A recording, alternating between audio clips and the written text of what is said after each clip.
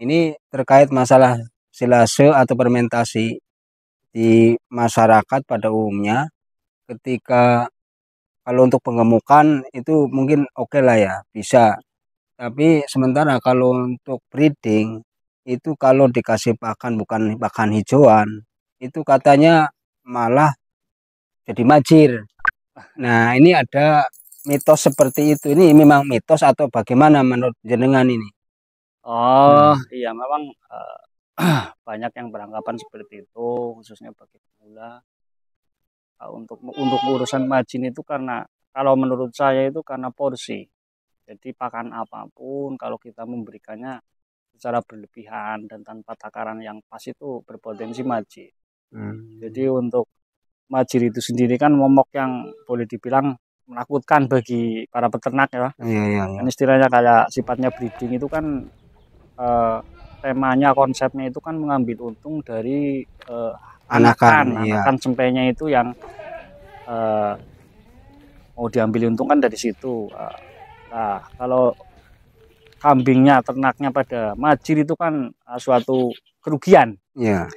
Jadi penjelasannya untuk pakan silase, fermentasi ataupun hijauan semua berpotensi majir kayak gitu. Cuman yang kita uh, pelajari, yang kita dapatkan dari pengalaman kandang itu, jadi jangan takut kalau soal ternak kita berikan pakan, baik itu berupa pakan silase ataupun fermentasi, itu asal kita tahu takaran dan apa kebutuhan ternak, insya Allah majir tersebut tidak terjadi, istilahnya gitu.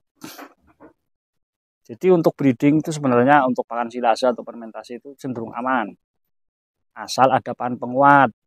Jadi misalkan jangan kita mengandalkan hanya satu bahan pakan, minimal 4 bahan pakan untuk unsur serat. Jadi semakin banyak bahan, semakin banyak istilahnya rumput atau dedaunan yang kita campur, yang kita buat dijadikan pakan itu semakin bagus. Kayak gitu. Nah, itu diantaranya yang banyak mengandung serat itu dari 4 jenis itu apa saja yang banyak mengandung serat? Oh, serat. Serat itu utamanya itu hijauan. Hijauan itu termasuknya cenderung ke serat. Kayak sejenis rumput budidaya, pakcong, odot, atau sensibur atau apalah yang lain-lain itu kan serat. Nah, untuk protein, serat berprotein tinggi itu biasanya didapat dari legum-leguman. Contoh seperti di belakang ini kan ada kayak kaliandra, Ya. terus di sana ada juga beberapa pohon singkong, terus rumput budidaya juga itu ada pakcong dan odot, seperti itu. Jadi untuk mendapatkan pakan sumber serat, pakan yang berprotein tinggi ya dari legum. Jenis legum itu ya seperti kita ketahui itu dari daun singkong, seperti kaliandra juga masuk legum, daun nangka, atau apalah yang termasuk kategori hijauan legum itu kan ada di sekitar kita itu. Termasuk daun pisang juga itu bagus. Nah, buat serat dan proteinnya juga bagus. Termasuk bonggol pisangnya. Bonggol pisang, kalau bonggol pisang bagus lah. Itu bisa lah dijadikan. Cuman ada takarannya itu. Oh, jadi jangan khawatir guys ya. Jadi kalau ada yang beranggapan bahwa kalau pakai fermentasi atau silase itu bagi yang breeding itu sesuatu yang menakutkan karena takut majir. Nah, sekarang telah dijawab oleh ahlinya, jadi jangan khawatir. Jadi pada dasarnya itu hijauan ataupun fermentasi ataupun silase itu bisa membuat ternak kita majir dengan catatan tidak ada takaran. Nah, jadi yang penting teman-teman, jadi dengan adanya takaran, insya Allah itu istilah majir tidak ada. Jangan khawatir. Jadi selama ini kebanyakan ya teman-teman di pedesaan terutama para peternak biasanya khawatir kalau tidak pakai menggunakan hijauan langsung itu dikhawatirkan nanti majir. Nah, sekarang sudah terjawab sudah. Jadi tidak perlu takut dengan adanya fermentasi ataupun silase. Jadi dengan breeding membentuk penggemukan pada intinya itu bisa ya, tanpa majir ya, dengan catatan tadi biar nggak majir berarti takaran pakannya itu harus jelas ya. Jangan dibiarkan nggak ada batasan atau takaran, itu yang membuat kadang bisa majir. Bukan hanya fermentasi saja, termasuk juga hijauan pun juga seperti itu. Jadi perlu ada takaran. Nah, untuk mengetahui bagaimana takaran dari pakan untuk ternak ini, kira-kira misalkan bobot berat badan berapa kilo, pakannya harus berapa kilo, kira-kira biar misalnya pakan ini, soalnya kalau ternak satu mungkin nggak apa-apa, kalau ternak banyak ini kan bisa merugikan banyak pakan ya kan. Oh iya. Ya kan, nah, berarti kan harus ada takaran ini, kira-kira berapa kilo, berapa on, istilahnya seperti itu harus ada gitu.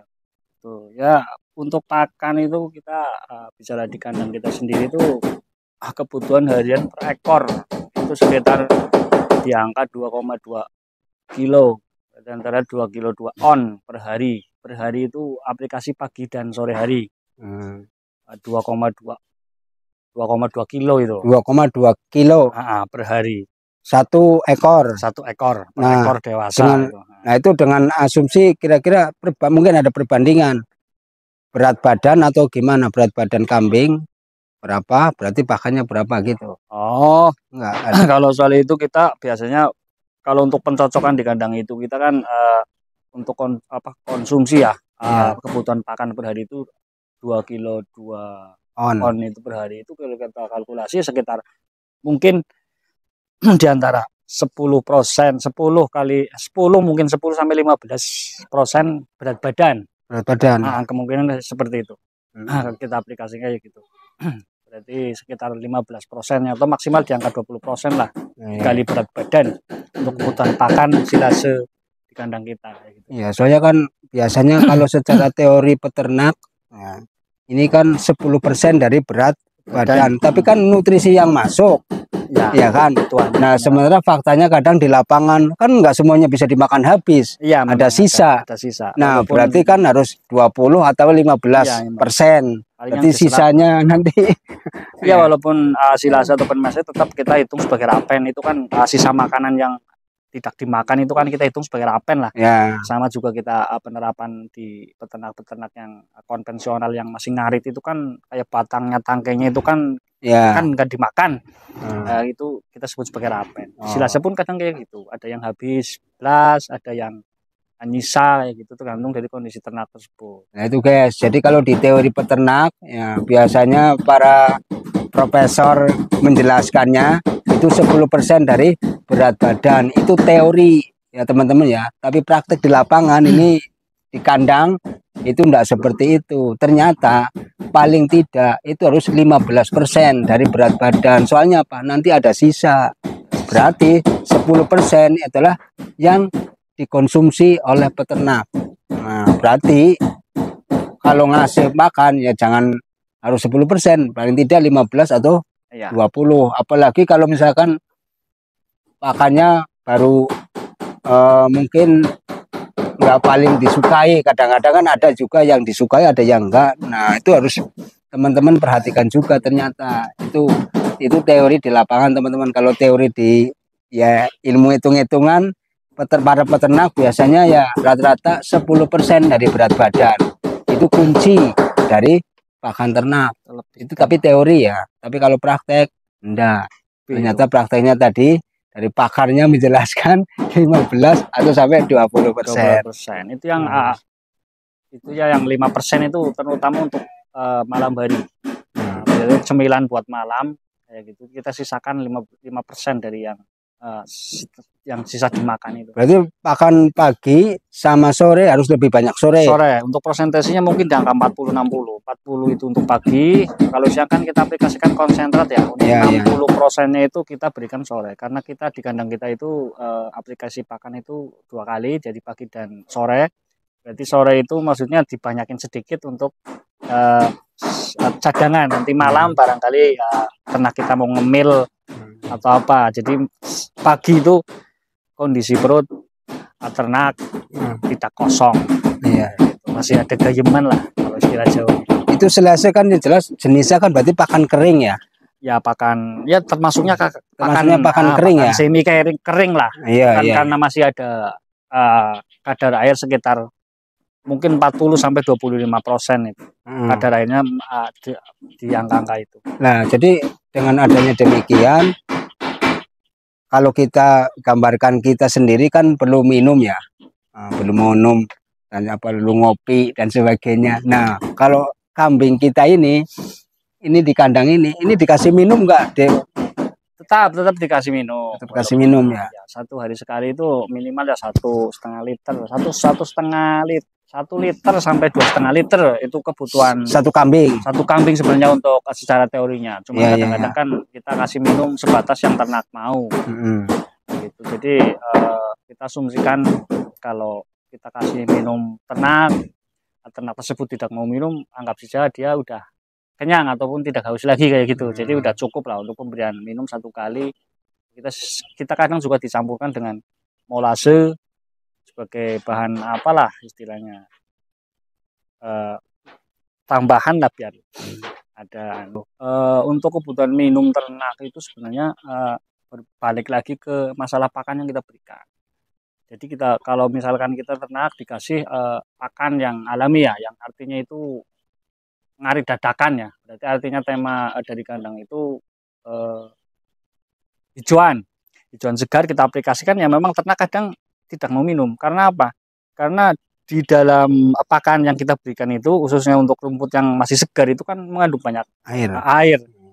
Jadi saya rasa kebutuhan air itu sudah tercukupi dengan kadar air yang ada di pakan itu, yang khusus untuk hijauan.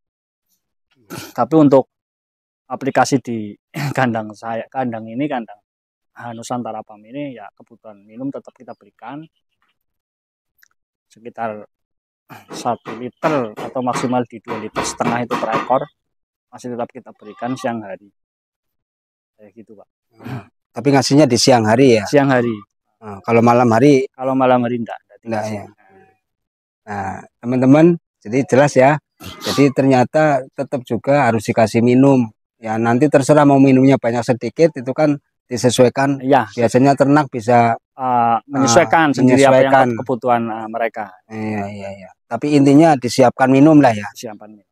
Kalau minum kayak kita cenderung tidak diberikan, artinya lebih itu enggak. Berarti kita pakai jenis kayak ember aja itu. Iya. Di mana ternak mau minum kita kasih, sebatas ternak berhenti itu ya sudah kita berarti artinya kita artikan itu ternak sudah cukup untuk airnya, kebutuhan airnya. Gitu. Itu cukup 1 kali lah. Tapi disesuaikan juga kalau kondisi sedang terik, kemungkinan kan kayak kita juga haus, ternak juga kemungkinan itulah istilahnya sedikit banyak gitu konsumsi air. Disesuaikan saja sama kondisi cuaca.